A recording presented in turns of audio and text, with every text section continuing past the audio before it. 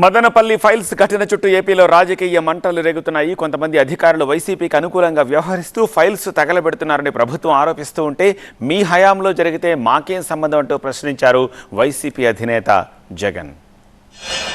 మదనపల్లి వెళ్ళినప్పుడు తండోపతండాలుగా ప్రజలు వచ్చి వారు జరిగిన అన్యాయం గురించి కూడా చెప్పారు. ఆ విషయం కూడా వారు పూర్తిగా వివరించారు.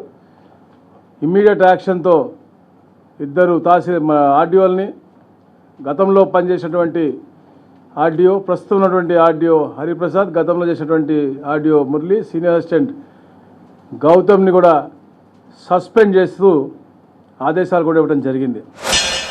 అధికారంలోకి వచ్చిన తర్వాత 2 నెలల తర్వాత ఏదైనా ఆఫీస్లో పేపర్లు కాలిపోతే, లేకపోతే ఏదైనా కారణం చేత ఆ పేపర్లు కాలిపోతే, ఆ పేపర్లు కాలిపోయిన దానికి రామచంద్రారెడ్డికి ఏం సంబంధం? ఎవరు అధికారంలో ఉన్నారు, ఎవరి గవర్నమెంట్లో ఉన్నారు?